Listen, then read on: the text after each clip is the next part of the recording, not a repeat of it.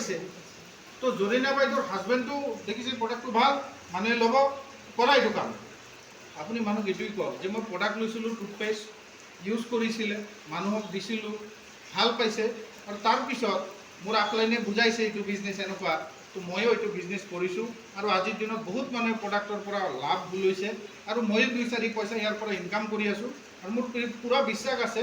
যে মই অহা সময়ত এই বিজনেছটোৰ পৰা মাহত 50,000 বা 1 লাখ টকা ইনকাম কৰিব পাৰিম উপাৰ্জন কৰিব পাৰিম আৰু যাৰ কাৰণে মই আপোনাৰ ওচৰত আহিছোঁ যিহেতু মই ভাল প্ৰডাক্ট আয়ুৰ্বেদিক প্ৰডাক্ট আৰু ভাল এটা কোম্পানী য'ত ভাল ইনকাম আছে সেই যিটো অপৰচুনিটি সেইটো মই আপোনাকো দিব আহিছোঁ যেন আপুনি আৰু মই মিলি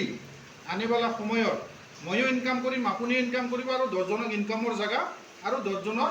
সমস্যাৰ সমাধান আমি কৰিব পাৰিম মানুহে আমাক দোৱাও কৰিব আৰু আমাৰ ঘৰত পইচাও আহিব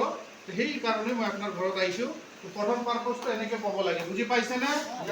পাইছে একবাৰ মন খুলি তালি বজাই দিয়ক বুজি পাইছে